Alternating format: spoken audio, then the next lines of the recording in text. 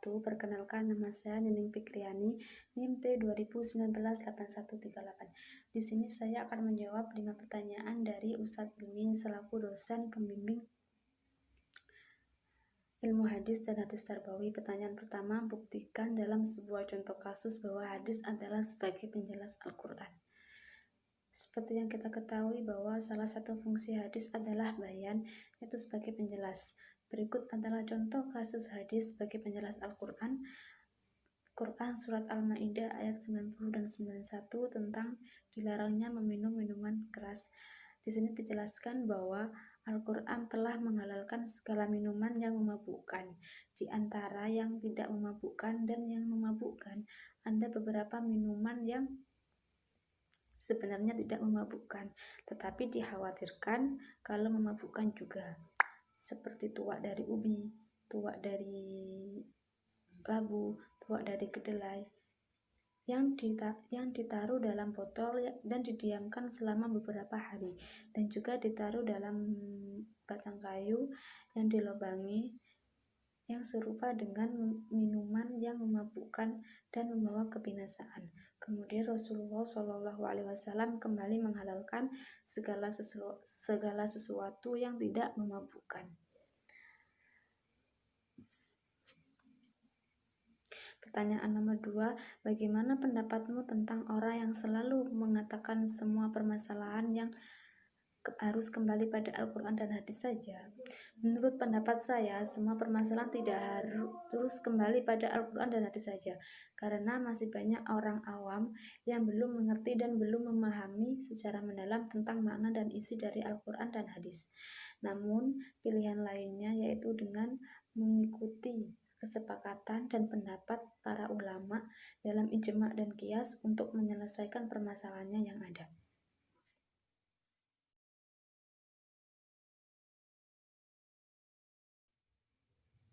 Pertanyaan nomor 3, jelaskan bagaimana solusi yang ditawarkan agama Islam dalam menyikapi wabah COVID-19 seperti saat ini. Ada banyak solusi yang ditawarkan agama Islam dalam menyikapi wabah COVID-19 saat ini, yaitu dengan kembali pada ajaran-ajaran yang telah diajarkan oleh agama Islam dengan senantiasa meminta perlindungan kepada Allah Subhanahu wa Ta'ala, yang dapat dilakukan dengan selalu menjalankan ibadah wajib, memperbanyak membaca Al-Quran, berzikir, dan membaca doa-doa yang bersumber dari Al-Quran dan Nabi Muhammad SAW. Jika sudah berdoa meminta perlindungan kepada Allah Subhanahu wa Ta'ala, selanjutnya yaitu berikhtiar dengan melakukan pencegahan. Ikhtiar ini bisa dilakukan dengan selalu menjaga kesehatan, makan makanan yang halalan thayyiban, seperti dalam Al-Quran, Quran Surat Al-Baqarah ayat 168. Kemudian menjaga kebersihan sesuai dengan hadis Nabi Muhammad SAW bahwa kebersihan sebagian dari iman, dengan rajin mencuci tangan, menjaga kebersihan lingkungan, dan lain-lain. Menerapkan physical distancing atau menjaga jarak. Ini sesuai dengan larangan dalam Al-Quran yang tidak boleh bersentuhan dengan orang yang bukan mahram. Kemudian apabila sudah berikhtiar membaca doa, hal yang perlu dilakukan adalah bertawakal kepada Allah Subhanahu wa Ta'ala. Berserah diri sebagai manusia pasti mempunyai rasa takut, khawatir terhadap virus tersebut. Namun kita harus mempercayai bahwa Allah Subhanahu wa Ta'ala Maha segalanya. Semua ini adalah ciptaan Allah dan Allah Maha mengetahui segala bentuk perbuatan yang ada di bumi.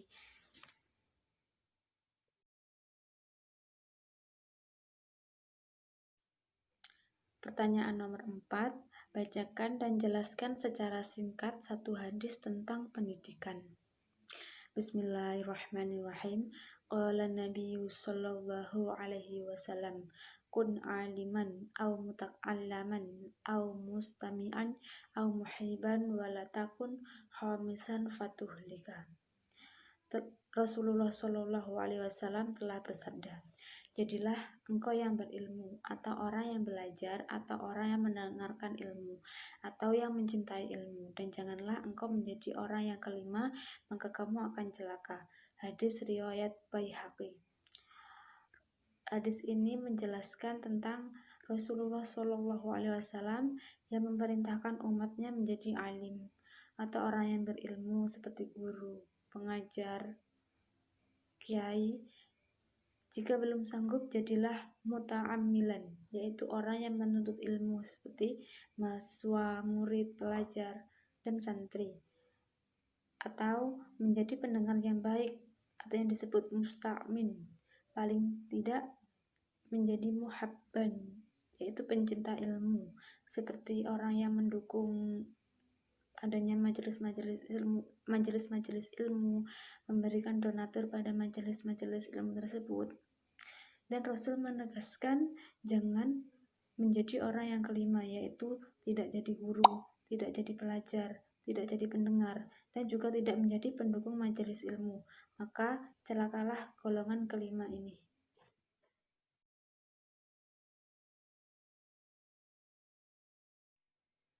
Pertanyaan nomor 5 yaitu jelaskan urgensi atau pentingnya mempelajari ilmu hadis dan hadis tarbawi dengan bidang atau jurusan yang sedang Anda jalani sekarang.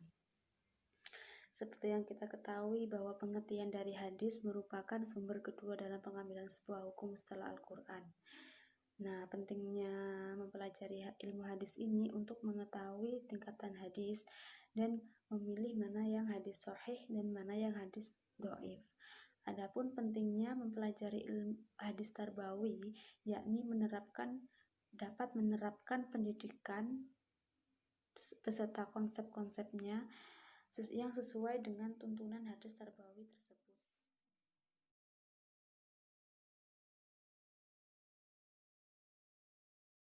Untuk soal yang pertama, yakni sebutkan dalam sebuah contoh kasus bahwa hadis adalah sebagai penjelas dari Al-Quran. Jadi gini, yang sudah kita ketahui kan ya, rukun Islam itu kan ada 5. Yang pertama itu kan syahadat, yang kedua sholat. Sholat itu hukumnya wajib bagi wanita dan laki-laki muslim. Sedangkan tujuannya sholat sendiri yaitu beribadah yang dapat mencegah seseorang dari perbuatan keji dan mungkar. Hal ini sesuai dengan Quran Surat Al-Ankabut ayat 45. Sedangkan kewajiban dalam melaksanakan ibadah salat sendiri sudah tertera dalam firman Allah Quran Surat Al-Baqarah ayat 110 yang berbunyi, A'udzu billahi minasyaitonir rajim. Bismillahirrahmanirrahim. Wa aqimus sholata wa atuz zakah wa ma tuqaddimu li anfusikum min khairin tajiduhu 'indallah innallaha bima ta'maluna basir. Artinya, dan laksanakanlah sholat dan tunaikanlah zakat, dan kebaikan apa saja yang engkau usahakan bagi dirimu, maka tentu kamu akan mendapatkan pahalanya pada sisi Allah Subhanahu wa taala. Quran Surat Al-Baqarah ayat 110. Dari hadis tersebut sudah sangat jelas bahwasanya Rasulullah mencontohkan langsung bagaimana sih tata cara melaksanakan ibadah salat, dan hadis itu merupakan hadis yang sangat sahih. Tata cara melaksanakan ibadah salat Nabi diawali dengan takbir dan diakhiri dengan salam. Dan Nabi juga menjelaskan bahwasanya salat itu dalam sehari ada 5 kali, ada subuh, zuhur, asar, maghrib, dan isya. Selain itu, adapun syarat-syarat salat. Syarat-syarat salat itu ada 8. Yang pertama itu suci dari hadas kecil dan hadas besar. Yang kedua yaitu pakaian, badan, dan tempat harus suci, menghadap kiblat, dan selainnya. Dan masih ada lainnya. Untuk rukun-rukun salat itu ada 13. Yang pertama itu ada niat, ada takbiratul ihram, dan ada berdiri jika mampu. Dan ada masih banyak yang lainnya.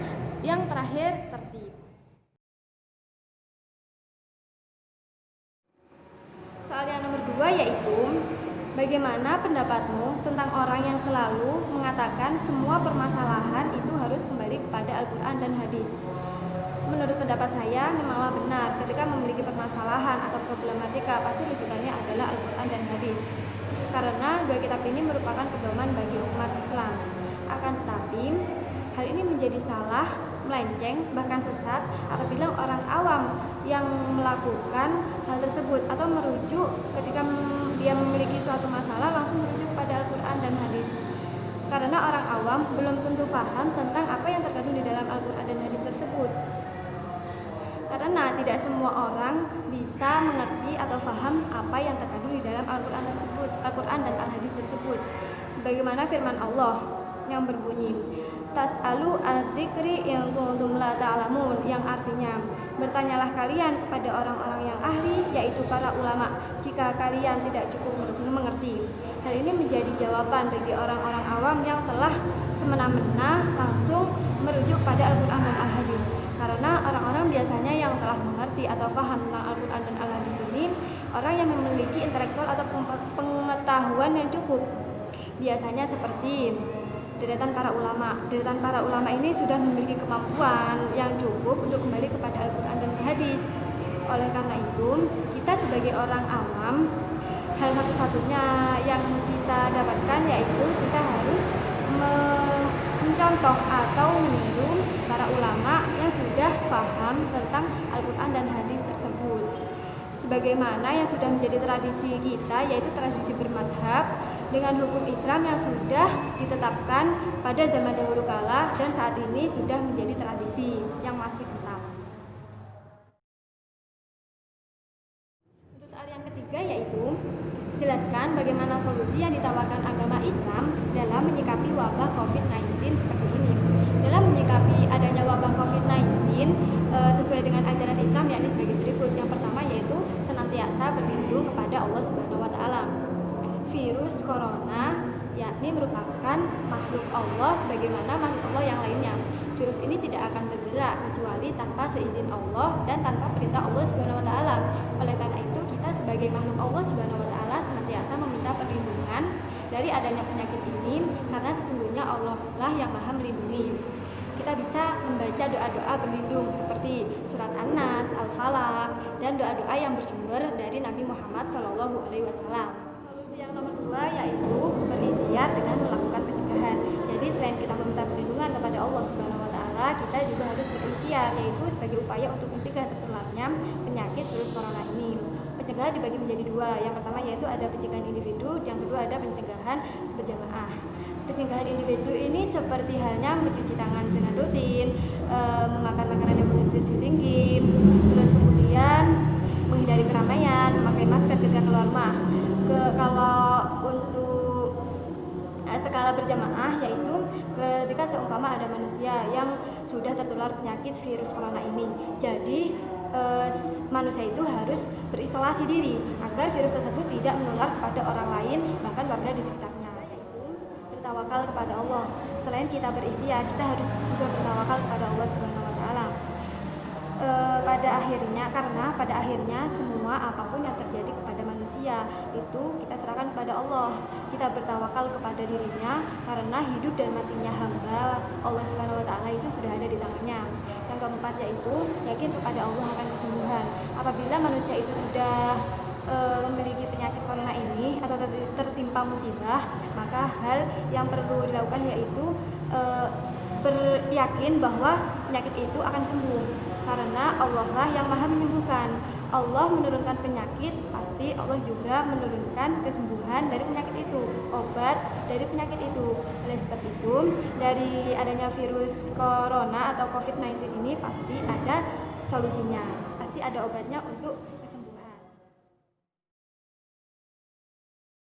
Yang nomor 4 yaitu bacakan dan jelaskan secara singkat satu hadis yang menjelaskan tentang pendidikan. Hadis yang menjelaskan tentang pendidikan salah satunya yaitu ada hadis yang menginginkan kebahagiaan dunia dan akhirat wajib dengan ilmu. Hadisnya yang berbunyi, min aroda dunya fa'alaihi bil ilmi wa man arodal akhirata fa'alaihi bil ilmi wa man arodahuma fa'alaihi bil ilmi, yang artinya Barang siapa yang mengkehendaki kehidupan di dunia, maka wajib baginya berilmu. Dan barang siapa yang mengkehendaki kehidupan di akhirat, wajib baginya berilmu. Dan barang siapa yang mengkehendaki kehidupan dua-duanya, wajib baginya memiliki ilmu. Hadis riwayat Tirmidzi. Hadis ini sudah menjelaskan bahwasanya orang yang berpendidikan atau orang yang memiliki ilmu yang tinggi, maka orang itu akan memiliki kebahagiaan di akhirat dan kebahagiaan di dunia. Jadi orang itu memiliki kebahagiaan kedua-duanya. Soal yang kelima yaitu jelaskan urgensi atau pentingnya mempelajari ilmu hadis dan hadis tarbawi dalam bidang atau jurusan yang sedang Anda jalani. Pentingnya mempelajari ilmu hadis atau hadis tarbawi yang berkaitan dengan ilmu-ilmu biologi.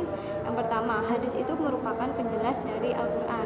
Oleh karena itu, apabila kita mempelajari hadis dengan berkaitan dengan ilmu-ilmu biologi, berarti ilmu biologi berkaitan dengan agama. Di Al-Quran saja banyak yang menjelaskan tentang ilmu-ilmu biologi atau ilmu sains, apalagi di dalam hadis yang merupakan penjelas dari Al-Quran. Sebagai suatu contoh bahwasanya terdapat kasus yang sudah tidak asing lagi didengar oleh masyarakat pada umumnya, yaitu hadis yang menganjurkan untuk bersiwak. Siwak itu merupakan tumbuhan dan tujuan untuk bersiwak yaitu untuk menyehatkan mulut. Ketika mulut kita sehat, maka mulut kita terhindar dari bahaya dan terhindar dari kuman. Selain itu, manfaat dari siwak sendiri yaitu untuk mencerdaskan otak. Sekian dari saya, terima kasih. Apabila ada salah mohon maaf. Wassalamualaikum warahmatullahi wabarakatuh. Assalamualaikum warahmatullahi wabarakatuh. Nama saya Muhammad Hanif Nursada, NIM T2019-8140. Di sini saya akan menjawab pertanyaan ujian akhir semester studi hadis dan hadis tarbawi. Langsung saja kita ke pertanyaan yang pertama, yaitu buktikan dalam sebuah contoh kasus bahwa hadis adalah sebagai penjelas dari Al-Quran. Hadis sebagai penjelas dari Al-Quran ada dalam surat Al-Baqarah ayat 43. Allah Subhanahu wa taala berfirman, "Wa aqimus salata wa atuz zakata warka'u ma'ar rakiin." Artinya, dan laksanakanlah salat, tunaikanlah zakat, dan rukuklah beserta orang yang rukuk.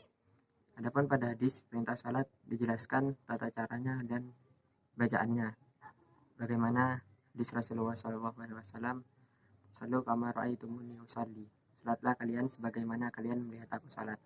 Maka dari itu kita dianjurkan untuk ittiba atau mengikuti tuntunan Rasulullah SAW. Adapun perintah zakat di dalam hadis Nabi SAW berisi takaran zakat dan siapa yang berhak menerima zakat dan lain sebagainya. Kita lanjut ke pertanyaan nomor 2. Bagaimana pendapatmu tentang orang yang selalu mengatakan semua permasalahan kembali pada Al-Quran? Ya, pendapat ini baik, sebagaimana dalam firman Allah Subhanahu wa taala dalam surat An-Nisa ayat 59, "Ya ayyuhalladzina amanu atiiullaha wa atiiur rasul wa ulil amri minkum fa in tanaza'tum fi syai'in farudduhu ilallahi war rasul. In kuntum tu'minuna billahi wal yawmil akhiri dzalika khairu wa ahsanu ta'wila." Artinya, wahai orang-orang yang beriman, taatilah Allah dan taatilah Rasul dan ulil amri di antara kamu. Kemudian jika kamu berbeda pendapat tentang sesuatu, maka kembalikanlah kepada Allah dan Rasulnya jika kamu beriman kepada Allah dan hari kemudian. Yang demikian itu lebih utama bagimu dan lebih baik akibatnya. Dan yang perlu diperhatikan yakni berpegang kepada Al-Quran dan hadis Nabi SAW.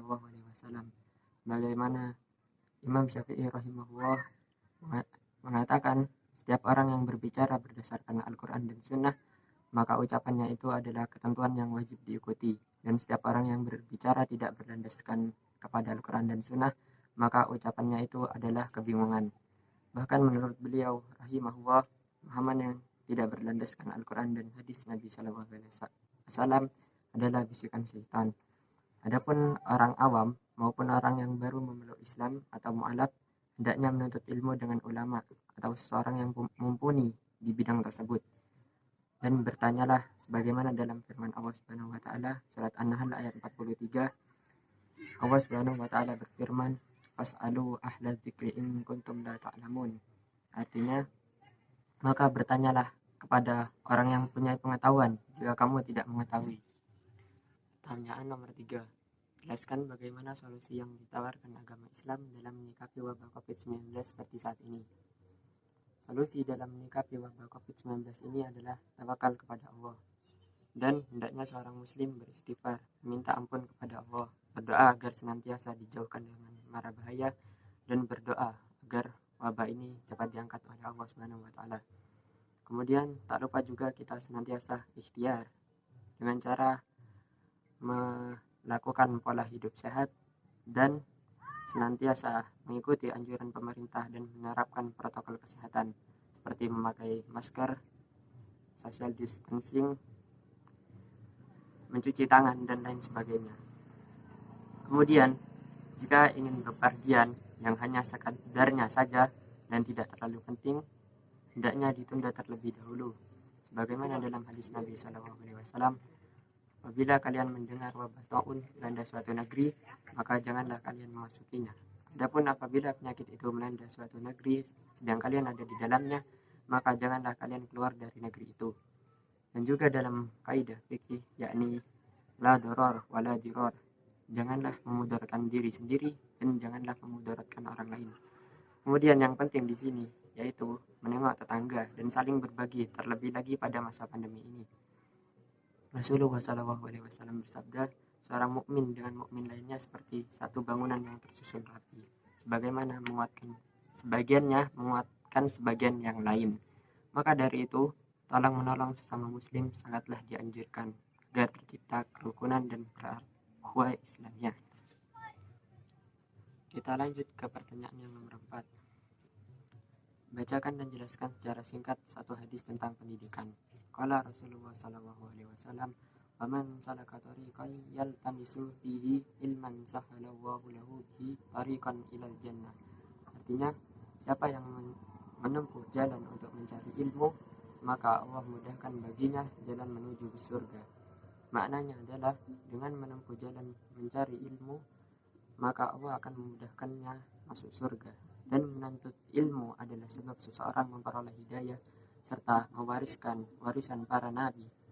Maka setiap kali seorang hamba mengambil bagian ilmu yang banyak, maka dia telah mengambil bagian warisan kenabian yang banyak pula. Sebagaimana dalam hadis Rasulullah SAW, innal anbiya'a lam yuwarrisu dinaron wala dirhaman, innama warrasu ilma faman akhadha bihaddin wafirin. Artinya, sesungguhnya para nabi tidak mewariskan dinar dan dirham, sesungguhnya mereka hanyalah mewariskan ilmu, maka barang siapa yang telah mengambilnya, maka ia telah mengambil bagian yang banyak. Pertanyaan nomor 5.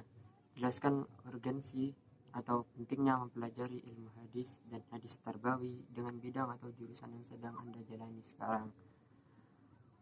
Di dalam Al-Quran, Allah Subhanahu wa taala menjelaskan bagaimana Ia menciptakan alam semesta ini, dan sebagai bukti kebesarannya, dari tanda-tanda itulah kita yang merupakan penuntut ilmu hendaknya berpikir sehingga kita dapat merenungi nikmat yang telah Allah berikan kepada kita. Di dalam ilmu hadis maupun hadis tarbawi juga banyak teori-teori ilmiah yang selama ini tertuang di dalamnya, dan kemudian hal itu dibuktikan dengan penelitian ilmiah. Kemudian di dalam hadis tarbawi, kita sebagai calon guru hendaknya berakhlak yang baik agar dapat dicontoh oleh peserta didik kita nantinya. Dan juga tidak hanya itu, kita dianjurkan untuk menjaga alam sekitar, menjaga lingkungan sekitar agar tidak terjadi kerusakan dan bencana alam. Dan juga kita dianjurkan untuk senantiasa mengamalkan ilmu yang sudah kita dapatkan atau kita pelajari agar kelak menjadi amal jariah yang kelak berguna bagi kita. Sekian jawaban dari saya, semoga yang sedikit ini bermanfaat, kurang lebihnya mohon maaf. Assalamualaikum warahmatullahi wabarakatuh.